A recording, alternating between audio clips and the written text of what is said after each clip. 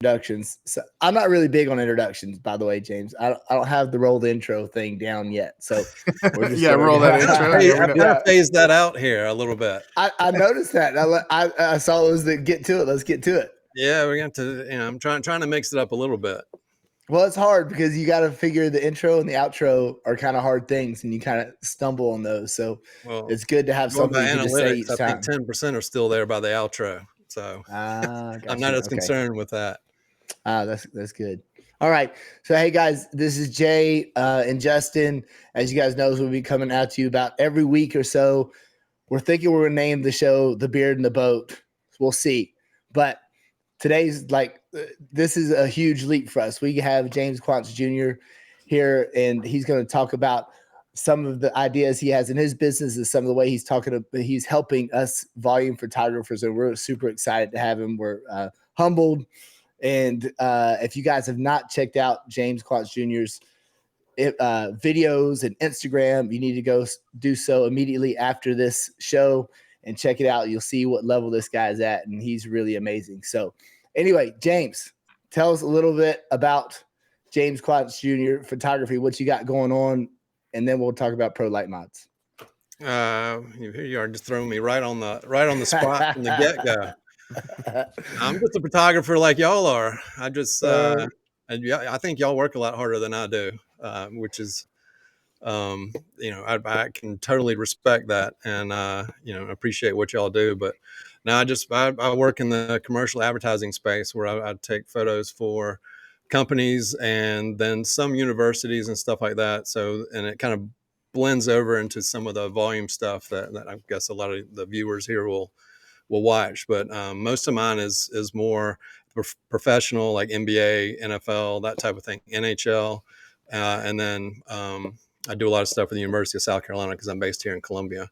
And then outside of that, I do campaign shoots for companies that are in the sports world where they sponsor athletes. And then I do other stuff just totally outside of that for all kinds of different clients, like South Carolina Lottery. I just did a campaign for them. Mm-hmm. I've done some healthcare campaigns. You just kind of have to follow the money at a certain point and and just kind of go with the flow and be appreciative that people will hire you for what you do and what you can bring to the table. And so that's kind of, the basis of it. All right. Now, since we just discussed like the outro, not many people stick around for the whole video. So I wanted to make sure we talked about the pro light mods at the beginning of the video so everybody can know about it. Okay. Get my money's worth here on the front end. Yes, sir. We got to get to the front. Let's get that business side out of the way. So, James, last year he came out with, what did you call that? With I think it's like the Star Wars look with the bars across. It's interpretive, whatever you want to call it. It's and I've actually got that backdrop over here. I can turn the camera a little bit and you can see it right over in here. And you can see how large it is. And that was one of the main obstacles getting around that backdrop. And it came, it was really popular with a lot of people that saw it and, had all kinds of requests about how to do that. And so then I made a video about it. But then, once you make it, it's hard to move it around unless you've got a truck. And then even with that, the material it's made out of is just not made to be broken down and then set back up multiple times just because you get dings in it and just over time it's going to kind of fall apart. So my goal was to figure out a way to create something that would do something similar and then yet it would be mobile. So then you could take it wherever you went and it wouldn't be a burden. It could kind of go right in with all your other gear, be easier to set up and then kind of have that same backlit effect. But then maybe even be more specific toward like the sporting world. So I've got a picture over here I did with the Atlanta Falcons back in like 2016 or 17. And they actually had some what they call maxi brute lights. And they use them for video for the main part. And if you watch, shows like even like the Super Bowl intro, they had some with The Rock there and behind him. And so they use them as set pieces to dress up behind I guess whoever's the talent in front of the camera. And and having used that and just kind of, I guess, meditating on something that would work for what we do, kind of came up. I was like unsure. I was like, man, that mic could work. So then I just made some real rough templates. I actually have a couple of helmets in here. Put my camera on like remote, and then put a helmet on and went out. And I've got some turf and stuff, and a little setup back here. And sure enough, it kind of did the trick. So then I made a couple more revisions and figured out that, because the original backdrop was made out of thick foam core. That was my initial go-to there. But then same issue, you start Velcroing those into lights, pulling them out, putting them back in, and they quickly degrade. And so then I had to come up with a material that would work. And the first one was not thick enough to kind of hold the shape, and then you'd have problems with wrinkles, and then just evolved over probably 3 or 4 versions of that, and then got to kind of where I am now with the models that I've got on the website that are available for pre-sale still at this point because of what is going on with the world's supply chain and everything. So hoping to have inventory in the middle of next month, and can start shipping those out so people can start using them on their.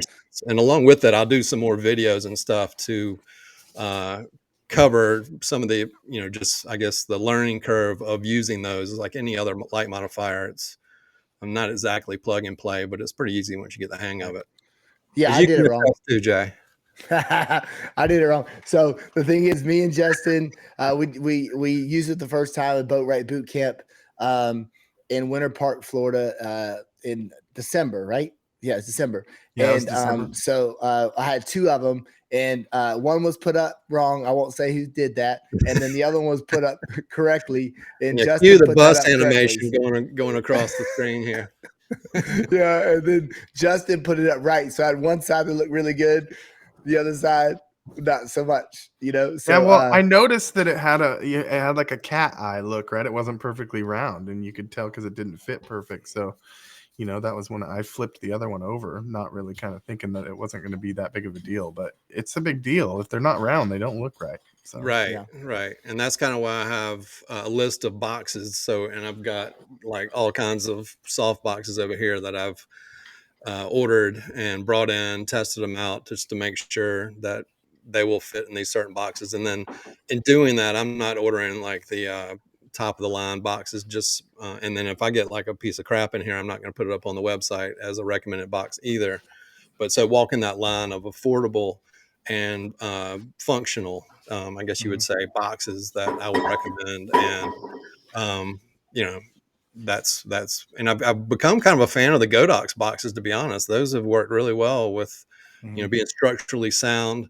The stiffer the boxes are, the better they can hold the shape. If you've got a real flimsy box, then it's just not going to do the job you're going to want it to do with these. But if you get, in a Godox box, you can get those for like $40 with the speed ring and everything. And those have worked great. So I've opted I to. got the impacts sitting on the shelf in the case, still ready to go. So. Well, impact works pretty well too. And so I was really pleased with those, as I was worried that, and I'm coming from the pro photo world where they charge $300-$400 for a box minimum, and I didn't want to create something that would just work and something that was so expensive for the end user. I mean, these are, and I've done my best to keep the prices down on these mods so you can get in relatively at a low, commitment financially. So that was another thing with, kind of going away from that big backdrop setup. So that part was,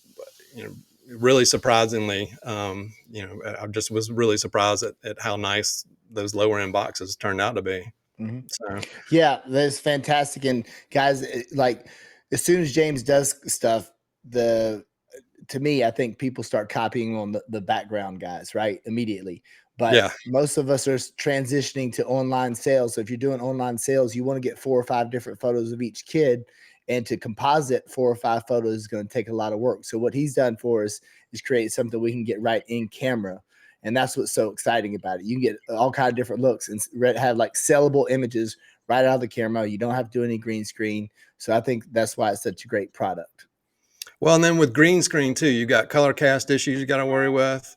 Depending on how you have your setup, I tether into a computer for the most part, and those images pop across on the computer. So then who you're photographing, they see it, plus whoever is lined up, ready to go next, or they've already had their picture made and they're just kind of, waiting on their buddies or whoever, and they get to see the pictures when they come across. And that is the best part of this type of photography. I do it at the highest level, and it really helps facilitate these photo shoots because, even when you get like an NBA player and I've got a video showing some of that with like mellow ball and stuff in front of when these types of backlit backdrops, and they see these shots, and it really kind of gets them going. And then where they might be a person that's been photographed thousands of times and they're just kind of going through the motions, they see something that cool come across on the screen, and it instantly gets them into it, and they start doing, you can easily manipulate, I guess is the word you can use, them into doing other stuff, extra stuff, just because they see the end product and then they get and they jazzed up like it. about it. Yeah. Yeah. And so Jay and I did kind of do something similar. We do that with our kids, right? We talked about that before, where like sometimes, those middle school kids aren't really having the whole volume shoot because we've been taking their picture a long time, or they've had somebody else do it. And then I always take that first shot and I go show the line on the back of my camera, because I don't bring my laptop and all this stuff into a school. Maybe I should, I don't know. But then they get excited, they get pumped up when they see how cool the photo is, as opposed to just you're playing, I'm taking a knee holding the basketball in the gym, the boring stuff that they're used to. So we do the same thing. It takes that to that next level. And the other kind of cool thing about it is it looks so unassuming when it's just, sitting there, even with that big structure backdrop. You're like, what is, the first couple of guys I put in front of it, they're like, what is this thing? And then, one frame and it pops across over there and they're like, ooh, oh, okay. And they, then it's like a light bulb goes off and they see what you're doing. Plus they respect what you're doing because you're kind of putting them in front of something they've never seen before. And they're like, oh, this guy knows what he's doing. And, and then it kind of goes from there, and then it spreads. I mean, because then they talk about it to their friends, and like I said, other kids, other players, they see it right there in front of them. And so, and then right there, you've got pretty much your final, photo. I mean, and if you're doing the same setup throughout, there might be a contrast or maybe a color, grade that you're doing on your photos and stuff. And then you can create an action for that and just run through that whole process. And then, your photos are done. You don't have to do all the template type stuff. And you've given that experience that they're not getting sitting in front of a green screen or a white screen or a black screen, that type of thing that they, where they just have no idea what the picture is going to look like until you send it to them and go through all those other steps. We've had, March is tough in Georgia because we have a lot of rain. And right now we've been dealing with wind for several weekends in a row. And so I'm excited once they start coming out, be able to use that as an option. And it's a really great option, as almost as good as, outdoors. So I could see where some leagues might like to go indoor one year, outdoor the next year, or if we have inclement weather, we can go indoors and use these modifiers. And I'm even thinking about using it, like getting it set up for team photos. But one thing, guys, just keep in mind that James is not assembling these with a sewing machine at his house. Okay. So the first ones I had a seamstress do them, actually, but not the ones that are going out. Right. So they're late, but there's nobody that wants them to come out more than James. So be patient with him. The world is crazy right now. So that's what's going on. He's going to get them to you guys as soon as possible. And one thing you said to me that I thought was really interesting in one of our conversations, didn't you? Because this is one of the things I noticed about the prototypes I used, is how well made they were. Didn't you say that you had, like, your family was in that industry for a while? Like textile? Oh yeah, well, way back in the day, Yeah, that'd be like my great grandfather or something like that. Yeah, in the yeah, I still thought that was textile. pretty cool. Yeah. But then all that moved overseas, and all the mills were closed and stuff like that. And so that's kind of the issue is sourcing all this stuff to be manufactured overseas, and then getting it back over here. And we don't get news coverage about what's going on in China or Thailand, all these places that are manufacturing all these goods that come back to the U.S. and like factories over there, they've got power issues, they've got the COVID issues, they've got all kinds of different things, and then shipping issues getting stuff back over here. is a whole nother, where these ships are waiting out from ports because there's not enough. I guess, they're having trouble getting the stuff off the ships. And then once they get off the ships, they're having trouble getting it in trucks. So anyway, I've alleviated some of that I'm going to have them air freighted over, and that costs more, but that will, drastically reduce the amount of time that they hopefully get here. But in the meantime, on the side, right now, I've got some samples off at a U.S. manufacturer. I'm looking at trying to see if I can get them made here in the U.S. And that would be the ultimate goal. And so that's obviously going to cost me more, but I would rather have them made here within, where I've got more connectivity, I guess, with the supply chain, less variables, plus, being made here in the U.S.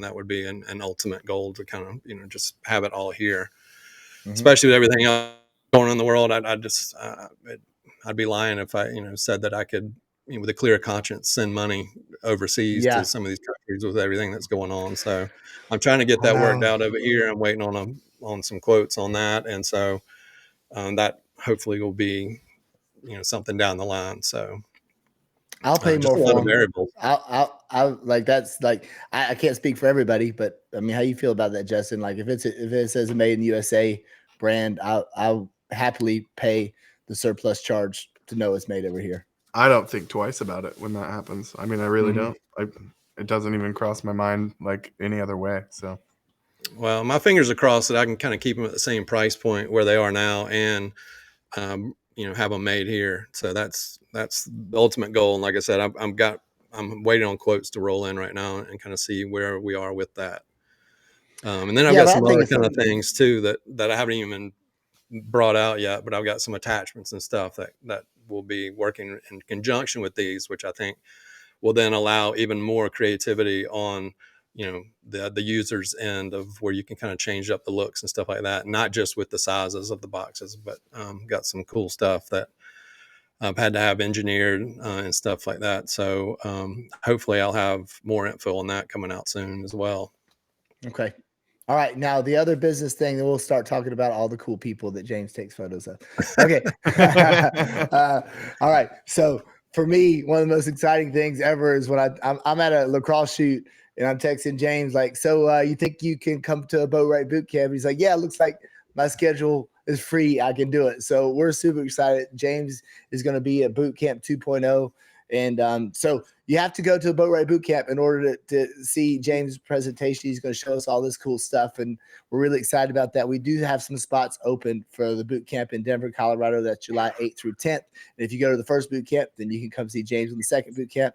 And we're limited the first one. The second one is open because we have 140, 150 boot campers now, and they're all coming, and we're not capping that. So if you want to see James actually take photos with his pro light mods and all his other tricks of the trade and watch him, then you need to come to Boatwright Boot Camp. So that's a little plug for that. James, the Boatwright Boot Camp Facebook page is blowing up with like how excited everybody is that you're coming. Oh, well, I have to check that out. I hadn't. I got to invite you. I'm going to invite you. I haven't sent an invite yet. Yeah, I have to check that out. I don't know what's going on the boot camp page over there, but no, I'm looking forward to it. That'll be fun. And by then we should have the real deal, and we can do some fun setups with those, and also just regular lighting in general.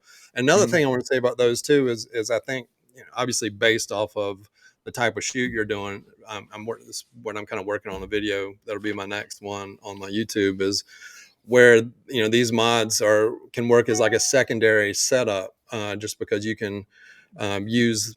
So with this setup I'll be showing in my next video, it's 3 lights. It's one light in front of the subject, and this was a shoot with the South Carolina women's basketball team, who's number 1.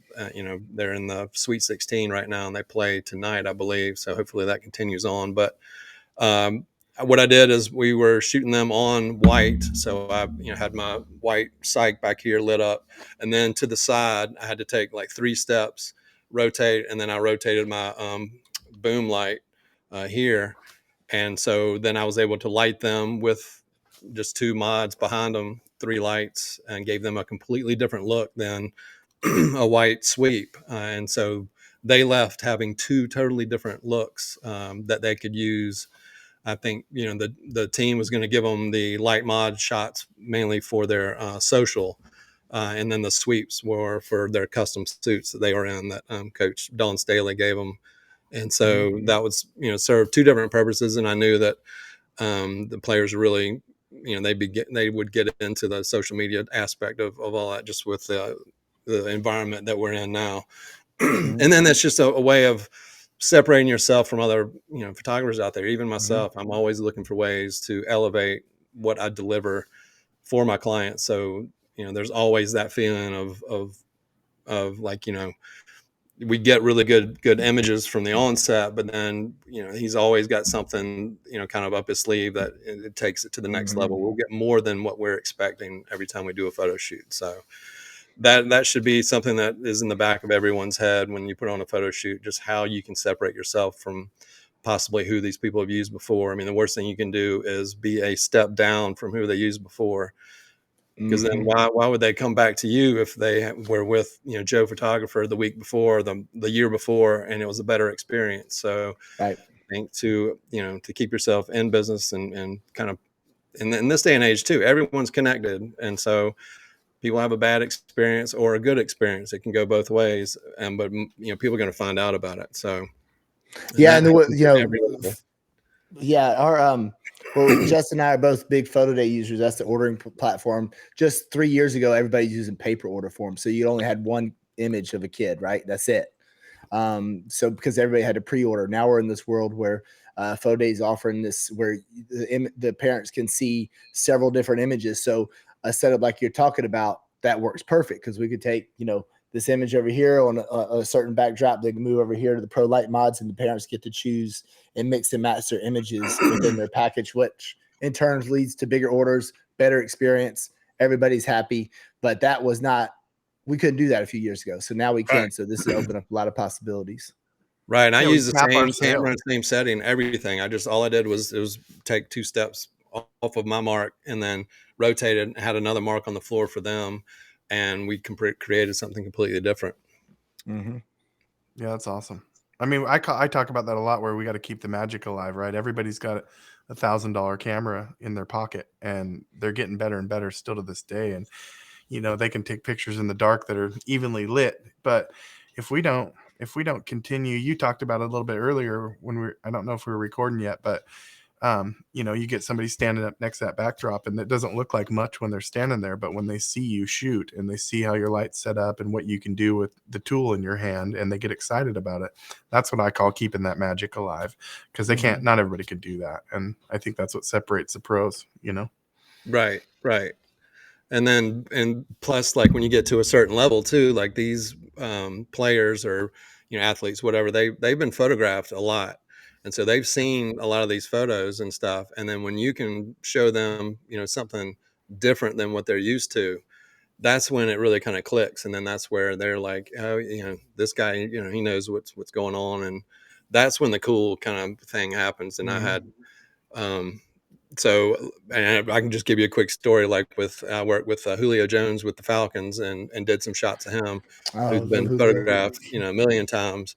And he really liked what I did. And then this was Devonta Freeman's first, his rookie year as a running back there. And he came out to the set, and Julio just happened to be over there doing something. And he came over there and told Devonta, that, and pointed at me. He was like, this guy knows what he's doing. You enjoy this and have a good time. And then he hung out and kind of helped pose Devonta and different things. And they're watching the computer. And so that was really cool, because I knew that, both those guys have been photographed a whole heck of a lot. And for them to, be that energized and that excited about what we were doing right then just kind of showed that, I was on the right track with those guys. And they go and talk. I mean, they go and talk in the locker room and stuff like that. And then, and so in athletes too, like that, they'll have sponsorships. So, it could be anyone from, Nike or someone else. And, sometimes their agents will say, we got a sponsorship shoot coming up with Body Armor or Gatorade or who have you. And it's not every day that the athlete would have a say in it, but I have had athletes request me to come and photograph them if they're going to do that shoot. So you never know. You could be working with a That's high pretty school awesome. kid, and he could go, in college and stuff like that, and then, could make it to the next level and could remember the experience with you, and then something could come up like that, and you could find yourself on set for a, large company doing basically advertising photography, where you're spending a day with an athlete and you're getting, paid some nice rates, just doing one athlete, and to being able to take your time and doing different setups and stuff like that. And that's kind of where, the ultimate goal, at least for me, is to continue doing, and stay there. Those are the special days when you get to hang out with someone who's at the top of their game, and really craft lighting setups, and really kind of stretch your creativity and work and interact with those athletes, and then make sure that they're, when they're having a good time and you're having a good time and stuff like that. That's what it's all about. That's kind of like hitting the sweet spot. To take it back to sports, it's like when you hit the drive that you don't even feel it leave the club and stuff like that. And that's what some of us would call a comebacker. You can shoot 95 or 105 on the course, but you have like one of those shots, and you can call that a comeback. Justin had that last time we don't- played golf. He did it on the first hole. First shot, You and he burned didn't it do it the early. rest of the round. I hit a over 300-yard shot and then shot a 90, I think, that day, or 95. It wasn't Yeah, good. there you Maybe go. 98. So that was your I could comeback. still be lying. You'll always remember the feeling of that ball leaving the club head. It's like you didn't even feel it. It was gone. You might not know this, but Jay's nickname's Mr. Scholarship for golf. So he's not really fun to golf with when you don't shoot all the time. He makes you look pretty bad. So That's funny. You have to keep that in mind. Yeah. So careful. I thought I was gonna whoop on him. I thought I was pretty decent, but then I went and golfed with him and realized that there's always somebody better. So Yeah, That's funny. Yeah. Well, I was going to ask you. This might be off topic, and maybe it's the wrong No, go question for right it. now. But I'm always curious. Like in your world, James, how do you get that next job? You talked about an athlete maybe requesting you, but do you have an agent, or do you how do you even get into that? Like, well, I mean, it's obviously it's not easy. I mean, you got to create the body of work, but I do have an agent. But you're not going to get an agent without a body of work either, because an agent takes a percentage of what you're being paid, and so there are a lot more photographers than there are agents, and so they can cherry pick the ones that they feel they're going to make money off of. So if you don't already have like a clientele base, there's not going to be any reason for an agent to pick you up. So on the front end, you've got to do it basically all on your own. And even with an agent, you're still out there, you're the one creating the work and that type of thing. But to make it to that next level, a lot of it is just hard work, trying to get the right people in front of your camera type of thing. But then create images there that you can go into a portfolio, to where like these companies, these ad agencies, when they go to your website, they will have confidence that when they're paying an athlete, $250,000 to be on a set for a commercial photo shoot, what have you, that you're not going to like fanboy out, pass out. You're going to show it with one camera that's going to break, and then you're not going to get photos. I mean, all this has happened in the past, and so they have to have confidence in you that you will have your stuff together, and then you can deliver what is you're representing yourself with being your work. So there's a lot of that. There's a lot of like having good work, but then working to where you do get some of those athletes in front of your camera, so then they see that you have worked with so and so, and he obviously can get pictures of this guy, and so we're confident that we can put another athlete in front of him, and he's going to get be professional, get the job done. So it takes a long, it's not an easy route. So I've been at it for 20 plus years now. wow. And so it's there's a lot of different answers to that question, but at the end of the day, it's just hard work. It's doing creative work. It's sending your work to agencies. It might be a thing where you're just an add-on to a type of maybe like a TV shoot or something like that, where you're just catching a couple snaps of somebody, but then you've got to make the most of those seconds in some cases to where then you kind of create something that obviously delivers for them what they're looking for. But then you can also, once they use that, then you can take that image and then put it on your website, your Instagram, what have you, and that can represent your work. And then you just have to keep on the grind doing that type of thing. So, Yeah. but you have to kind of be focused on that. You can't just, punch the time clock every day and expect something like that to happen. You've got to maneuver to where you put yourself in position for that to happen, and then you can't, Right.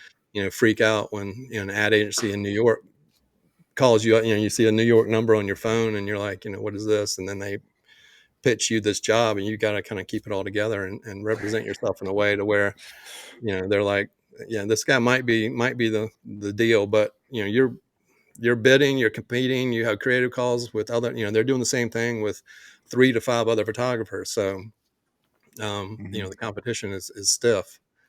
Yeah, I might have ruined my chances. I had NBC call me one time when I was filming Miss Oregon 10 years ago, and they wanted to use my stuff for Miss America, right? And they were going to pay me $18 or something for a clip, and I just said no.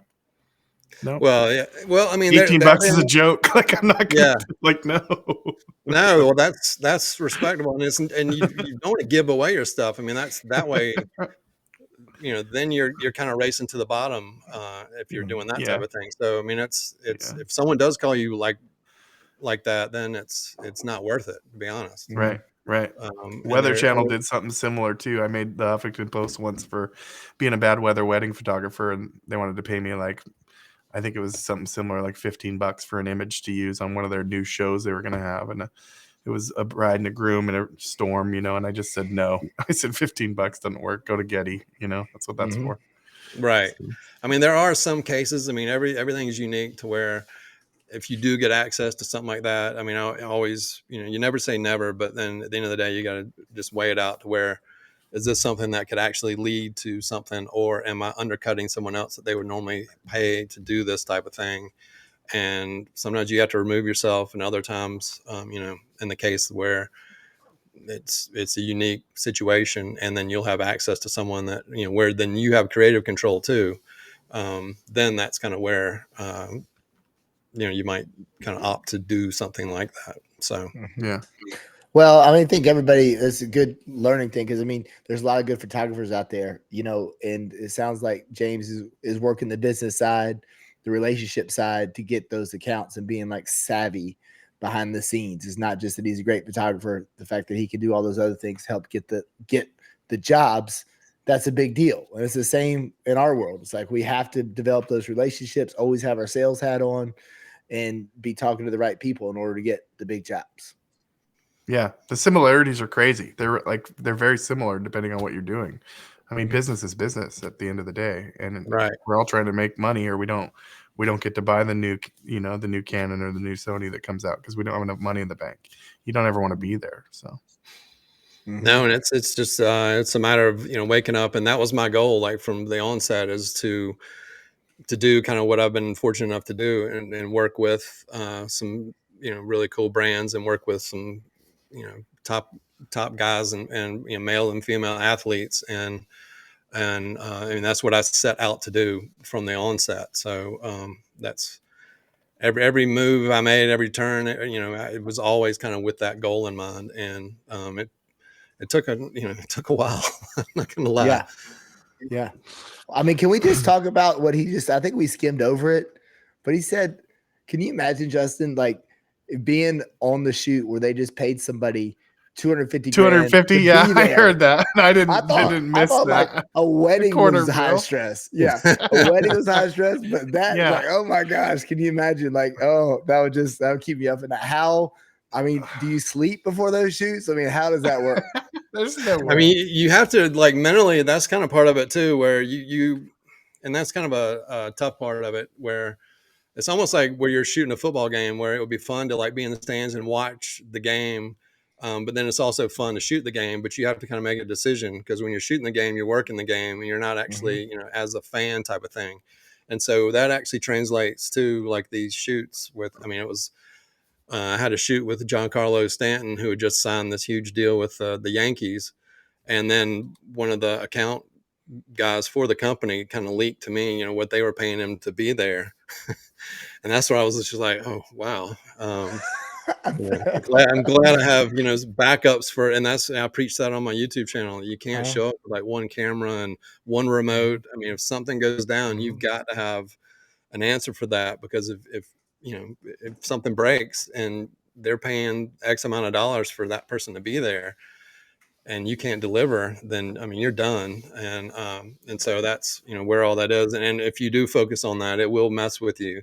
So you kind of have to put yourself, out of that bubble and just, kind of go through the motions, do what, what you've been doing, and what you've taught yourself to do, and and just do your job basically. And so, yeah, you can't sit there and focus on, this guy's making more in 10 seconds burning my camera than I'll make in the next, 5 years. Right. Absolutely. Yeah. I mean, it's ludicrous mode, at that point. Yeah, that's just insane. And again, with the YouTube channel, if y'all aren't subscribed, subscribe to the YouTube channel, because if I ask James a question, inevitably he goes, "Did you watch my video on that?" So he's got a ton of videos behind the scene. I'm really thankful that he does all that. And it's really a great insight working with all these athletes and be able to actually you feel like you're on the scene with him, and he walks you through everything. So really go ahead and subscribe to that channel. But let me ask you, what inspired you to do that? Why did you start up that YouTube channel? Well, it was, it was actually the pandemic type thing. I was at a point, where I was scheduled out months back in 2020 in the spring, and like with really great stuff. I mean, I was going all over, and that pandemic, I still remember when they canceled that NBA game when one of the players tested positive, I think right before the game started. Yeah. Oh, yeah. Yeah. And I almost got physically ill because I knew at that point, because there had already been rumblings we might have to postpone because of this thing.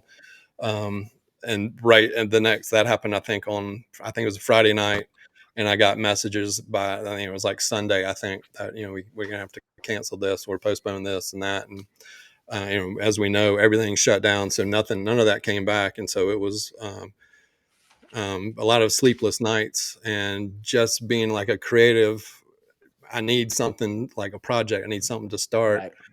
concept, create, finish, and then kind of redo the cycle, and kind of what I do for clients and stuff. So and then I need to, I'm getting more and more requests to add video into kind of what I do. Can we do video, this, that, and the other? And so it was kind of a thing where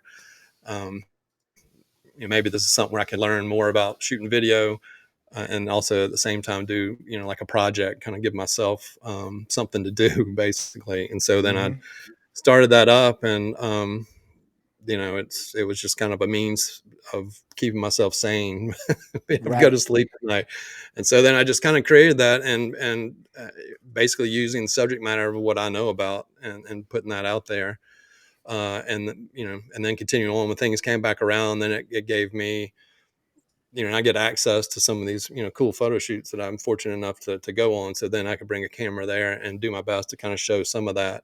And, things haven't quite gotten back to where they were like pre-pandemic, where you have access to, at least in my case, where I have access to some of these athletes. And so, I'm hoping, as time moves further, I'm hoping that, we continue down this trail and get, that kind of more in the rear view, to where now, I'm hoping to have, a camera with me to kind of film what I'm doing when I'm with some of these athletes, which in a couple of weeks, I'll be with a certain Pittsburgh Steeler who just won Defensive Player of the Year. So I'll be with him in, I think, 3 weeks.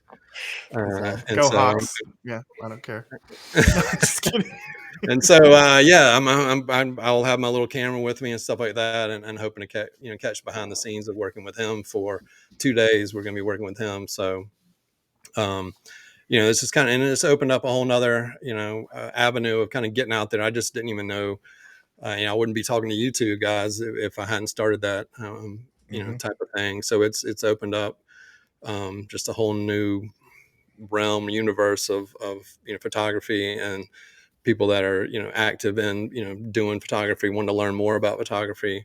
And that's been just an unexpected, I guess, bonus from, starting to do these videos. And I think it's a mindset too of, back in the day, I remember 10, 15 years ago where, everyone was so secretive. It's like, he's got this style. How does he do this? How does he, everyone trying to deconstruct what, some photographers doing. So then they can try to copy it or whatever. And then, it was just radio silence and then everyone's so secretive. And I just kind of want to, blow that up a bit where, we're not, I'm not here doing brain surgery or anything like that. And I think it's cool to share stuff because, you've got to continually evolve in this business or, you're going to get stuck in a certain, the stuff I was doing 10, 15 years ago doesn't look anything like what I'm doing now. And so it's another way to motivate myself too, to continually evolve and keep doing different things. So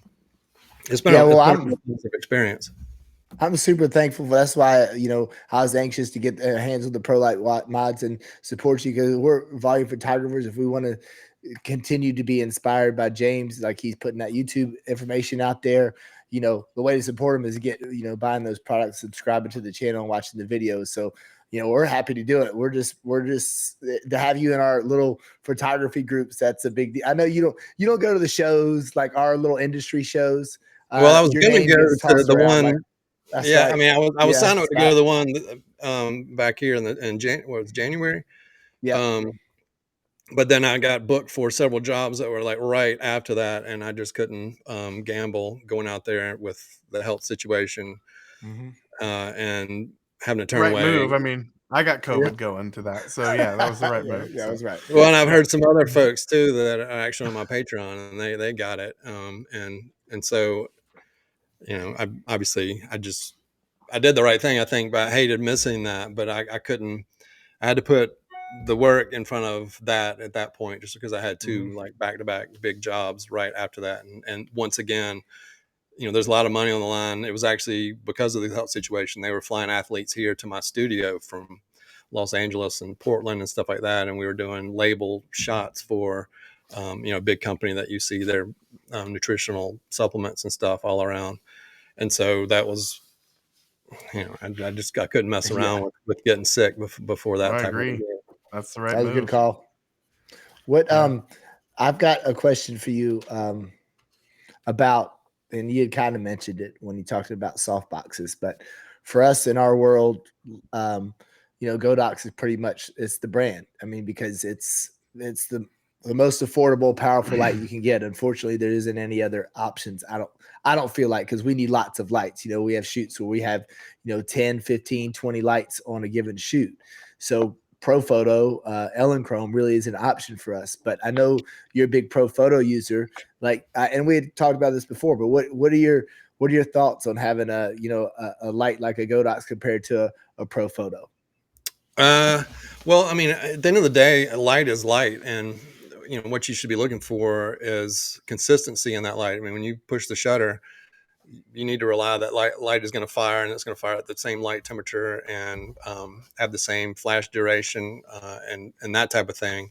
And Pro Photo is pretty good at that. I think years ago there was a larger gap, and I think technology's kind of advanced to where I think some companies like G.O.A.T and some of the other ones, I guess Flashpoint's really G.O.A.T too, but I think they've been able to raise the level of their product without raising the prices to a certain extent. And then you've got just premium brands, like you said, Elechrome, Pro Photo, and some of the others that have kind of been at a high end, price point, and they're not going to come down, No. Unless something major happens. And so it just kind of is what it is, but I think there's good value there if they work. I mean, I've got behind me, when I first started, I'd use like the Buff Einsteins just because of their short flash duration. I could capture motion and freeze motion where I could not do without a super expensive Pro Photo pack, which is like a 12 grand pack and then you got to get the heads and stuff like that. And so that was usually meaning a rental for me. And then when the Einsteins came out, the flash duration, people don't understand that. I think it's high speed sync and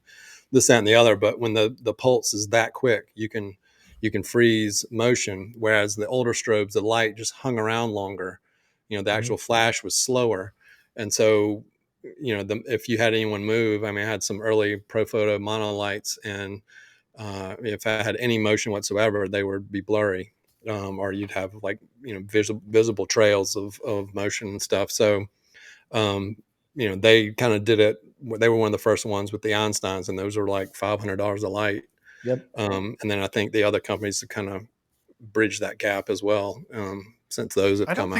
I don't think they're as good as Einstein's still to this day, just because I know Einsteins are built with that transistor type, right? So their flash duration is always going to be, it gets faster the more you turn it up, whereas everybody else's flash duration, if you look at the specs, they're faster when you turn them down.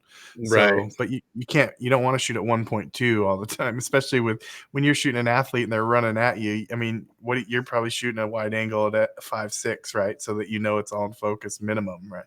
To get the most out of your light sometimes, or even F11 probably, who knows, but just depends on what your shoot is. But you can't get away with shooting the shallow depth of field to get the freeze, that doesn't work. So right, and that goes back to your light modifiers and stuff like that too. If you're working strip boxes, it's going to require more light than say like a reflective umbrella, that type of thing. So that goes into your choices, based off of what the shoot is, as well. But yeah, so I mean, I've still got like 4. That's what I use Einsteins to light my cyc in here.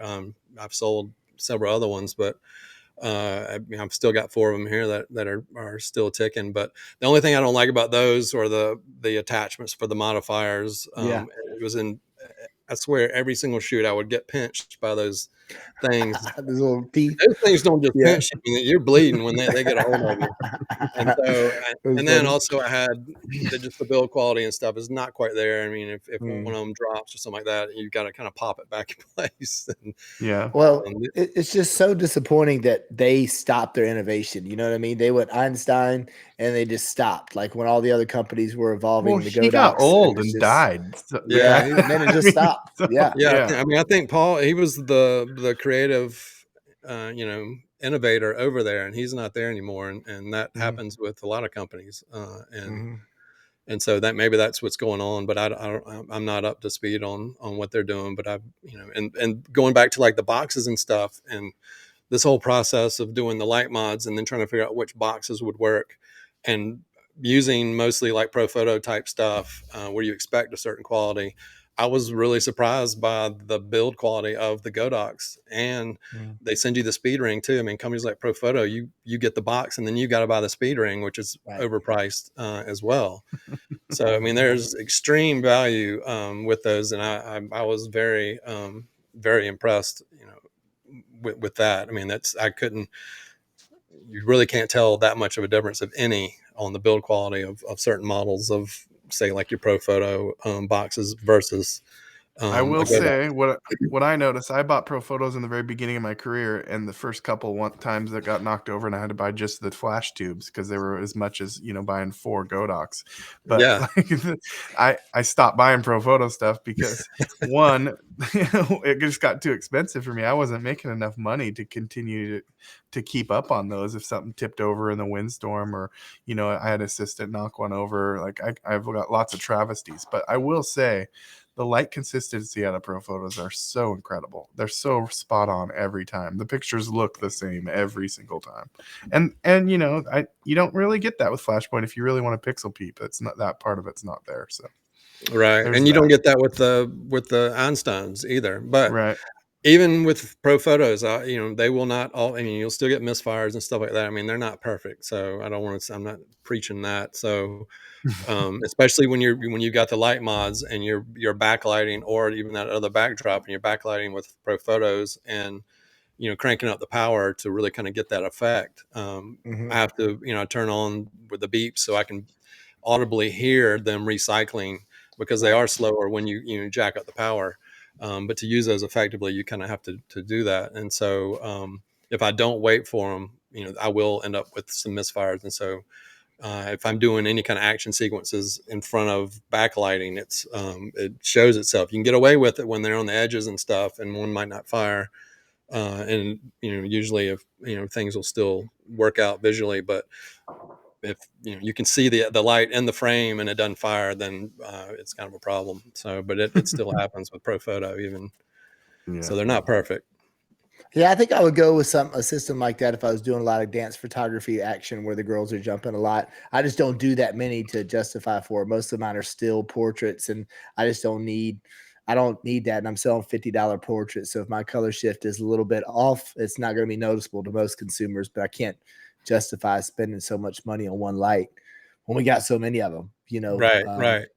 Well, and I think color shift too is more when you're doing rapid shots and stuff. I think all the different lights when you're doing like a steady pace where it's not hammering down on a high speed. I think the lights have more of a chance to set themselves for success. I guess they right. and so that probably works out just fine for what you're using them for, portraits and stuff like that.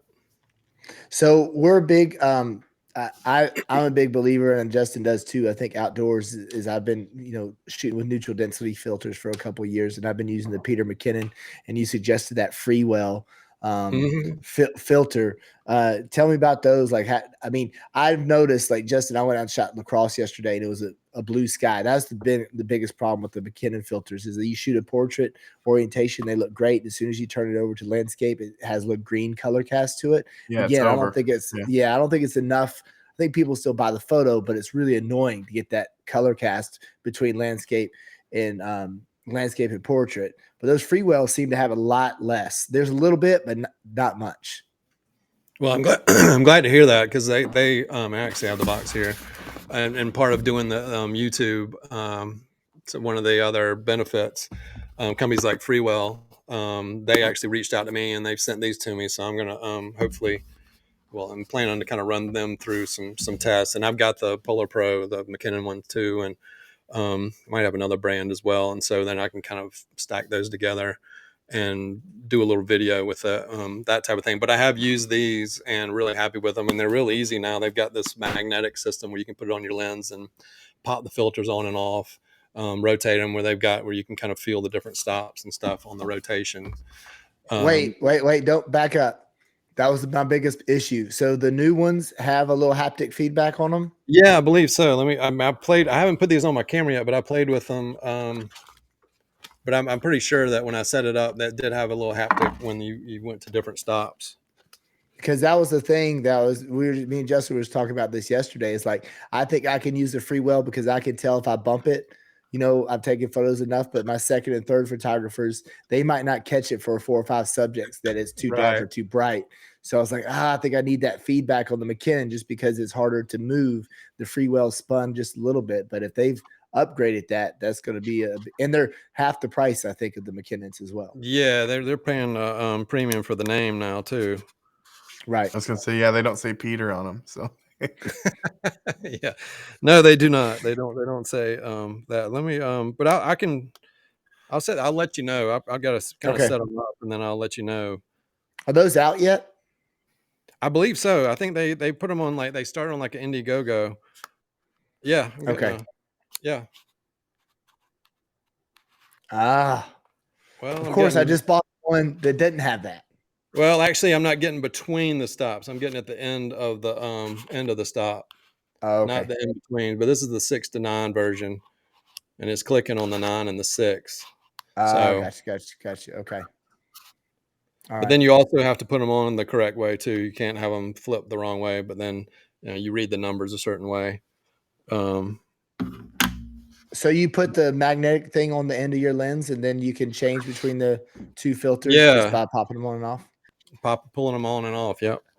Okay, but then they're set to it's a 6 and 2 to 5, and then 6 to 9. Yeah, and then they got polarizer and all that stuff, and they have a mist version worked into here too. And so, I mean, it depends on kind of what you're doing, but they've got pretty much all that covered. I wonder if that mist one would work good. Yeah, that's what I want to know. With the smoke and the backlight. I wonder if that mist one would look cool with that. And I've worked a little bit. I haven't used this mist, but I've used like the Hollywood filter, and then you've got different variables there. You can go from like a quarter to a half to a full.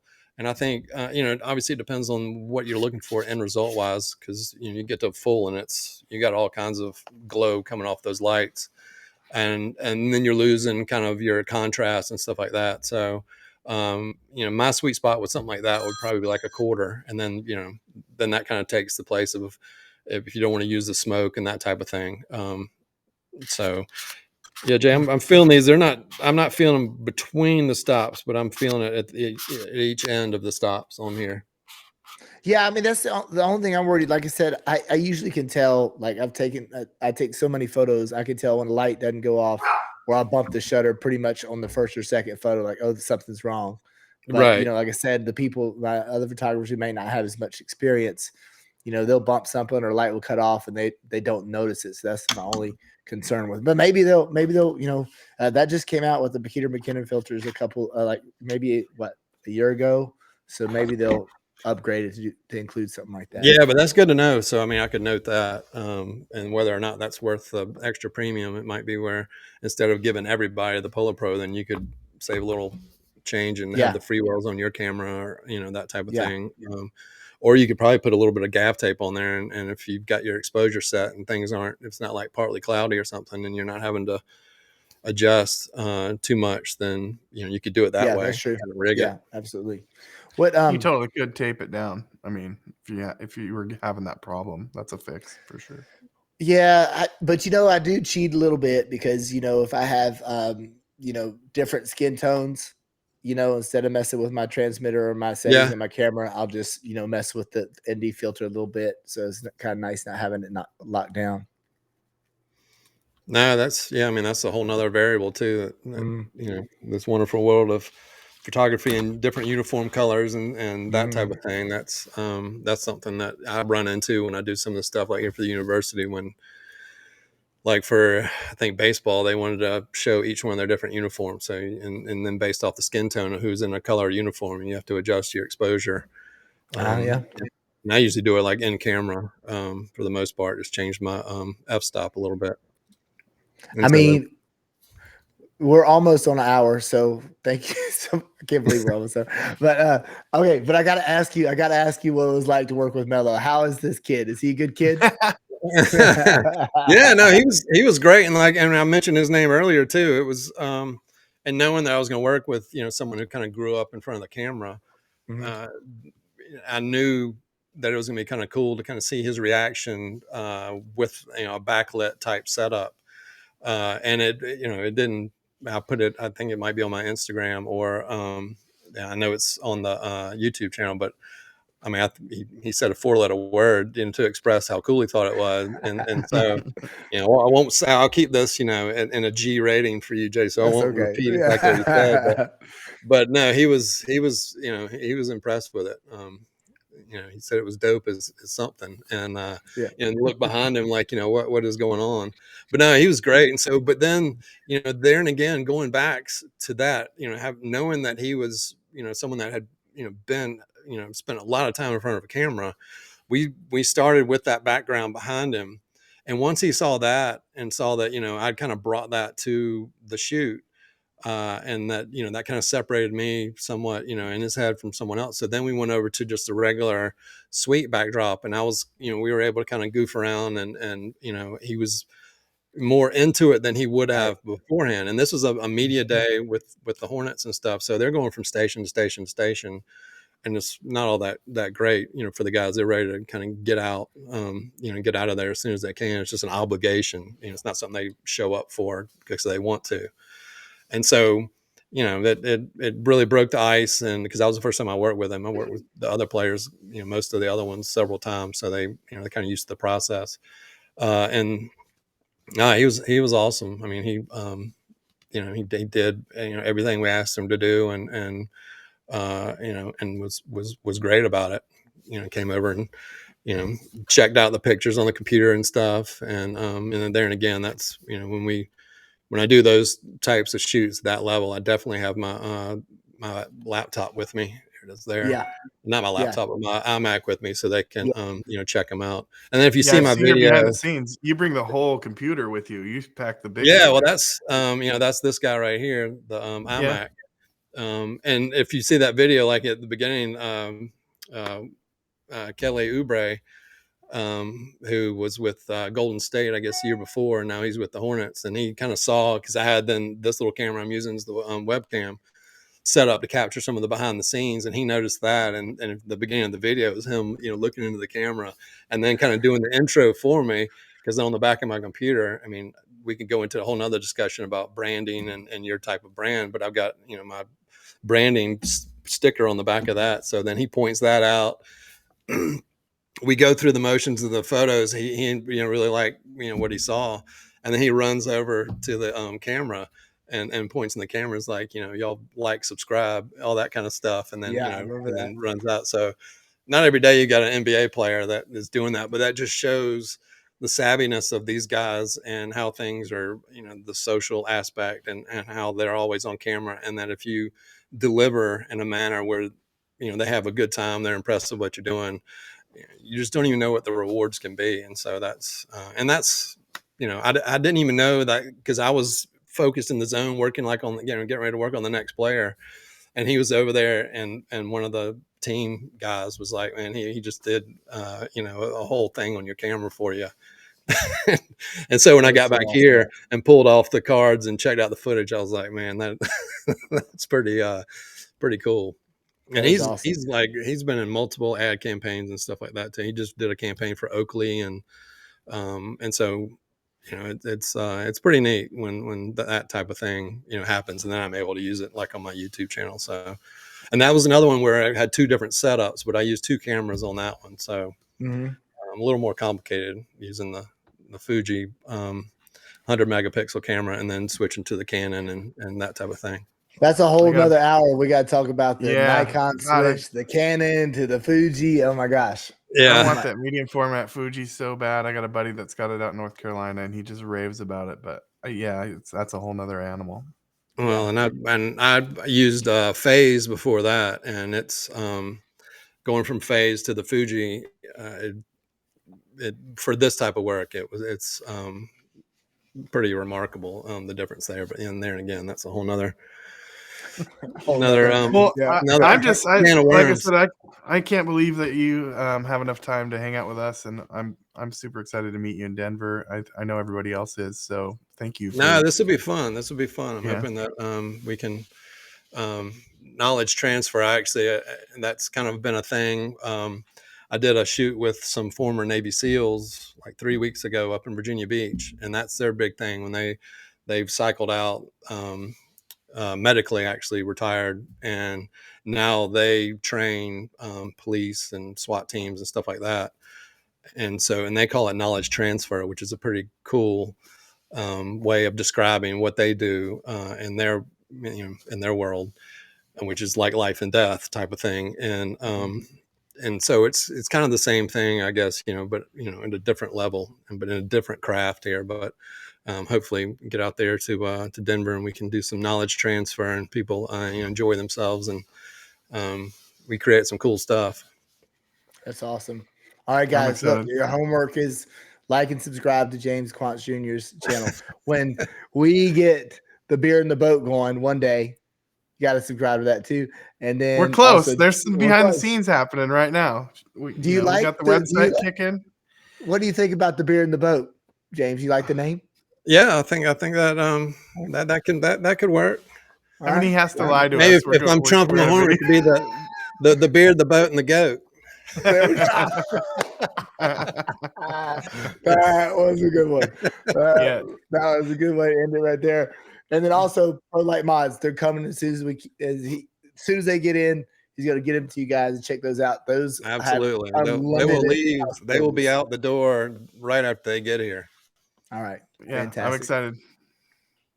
Oh, Justin was like your first customer, by the way. I bought it right there as soon as you were talking about it. Yeah, and you gave everybody the website. I got on my phone and ordered immediately. I wanted to order it before they were out of stock. I didn't know they weren't in stock yet. So,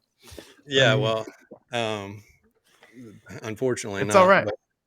But I got, and then I'm going to go back to and like refund some of the shipping on those early orders. I was all set up through the website. I think I paid $280 for shipping or something. But I don't care. You'll get some of that back. That was I couldn't get it to set to where it was like one address, and it was every item was tacking on. It's like they were all going in individual boxes and stuff, and then I was traveling too for some photo shoot, and I was in the airport, I think, and then I was getting some feedback on that, and so then I was trying to change it from what it was doing, and I don't know, it's just kind of a nightmare. So It's then all I just good. get a class, I'm a just firm one believer in right. buying stuff that keeps us creative. Like I probably overspend on stuff, who doesn't in this industry at some point, but if it keeps you creative and keeps those juices flowing and gets you excited about your shoot tomorrow or the next one, then I'm for spending the money, because it's worth it. It's worth it to your clients. It's worth it to you. And if we're not doing this to get better every day, I don't know what we're doing it for, so. Yeah, no, and that's why I wanted to come out multiple sizes. So just because someone else is using them doesn't mean that you can't make yours look different. You can set them up in all different types of ways. And then and as I've kind of talked about a little bit earlier, working on I've already had them engineered. I've just got to figure out the manufacturing process of getting like lenses made to go in the light. So that'll open up a whole nother avenue, because we can do clear ones, different colored ones, and that type of thing. Well, I immediately had the idea. I bought the 1x3s and the 2x3s on purpose, because I thought, well, I could take the 2x3s like we had them set up at boot camp, but then I could put the 1x3s at an angle kind of above those and make it look even more, get more stadium look immediately out of that. So yeah. I want to use That them was for my team vision. shots. I want to figure out how to do, and I know James got a couple of shots with like 5 or 6 athletes. So I'd like to figure out how to do like a baseball teams with the pro light mods. Yeah. So yeah, you could set up, I mean, obviously if you got enough lights, you could build a whole, you could set up a whole wall. Whole backdrop. Yeah. Right. Yeah. And build it out. That would be so awesome. And that's where you can like do different, do a whole set design of, like a strip here, or a strip, like this, and then, or alternate like the square with a rectangle, or, what have you, and build it out, or just go like a wall of 3x4s or something like that. And can we do that in Denver? Yeah, let's do that in Denver. That'd be sick. Yes. Yeah. Do that.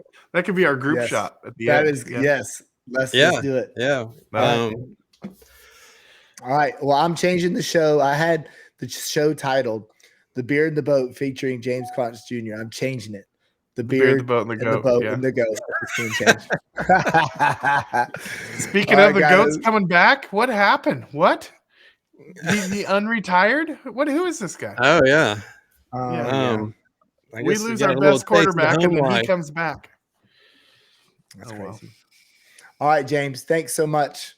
I got to go pack for this weekend. I appreciate your time. This was absolutely. Awesome. I got to go pack too, and hopefully I'm gonna try to get a video recorded back here. All right, go get it done. All right, guys. Thanks so much. Thanks. All right. Bye-bye.